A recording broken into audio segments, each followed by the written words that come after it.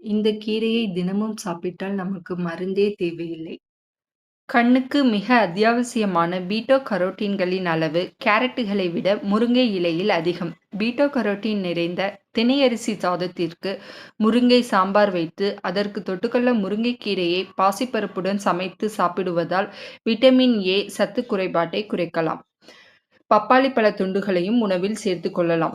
முருங்கையில் potassium சத்து வாழைப்பழத்தை காட்டிலும் அதிகம். புரதச்சத்து முட்டைக்கு இணையாக முருங்கை இலையில் உண்டு. பாலை காட்டிலும் 4 மடங்கு கால்சியம் முருங்கையில் உண்டு. ஆரஞ்சை விட அதிகமான விட்டமின் சியும் முருங்கையில் உண்டு.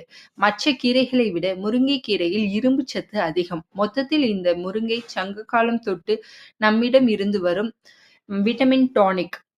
சர்க்கரை நோயாளிகள் வாரம் 2 நாள் கம்பு, சிறிய வெங்காயம், முருங்கை இலை போட்ட அடை, ரொட்டி அல்லது கேழ்வரகு தோசையில் முருங்கை இலை போட்டு சாப்பிடுவதால் அதிகபட்ச கனிம உயிர்ச்சத்துக்கள் கிடைப்பதுடன் சர்க்கரை நோய் உண்டாக்கும் சோர்வும் தீரும்.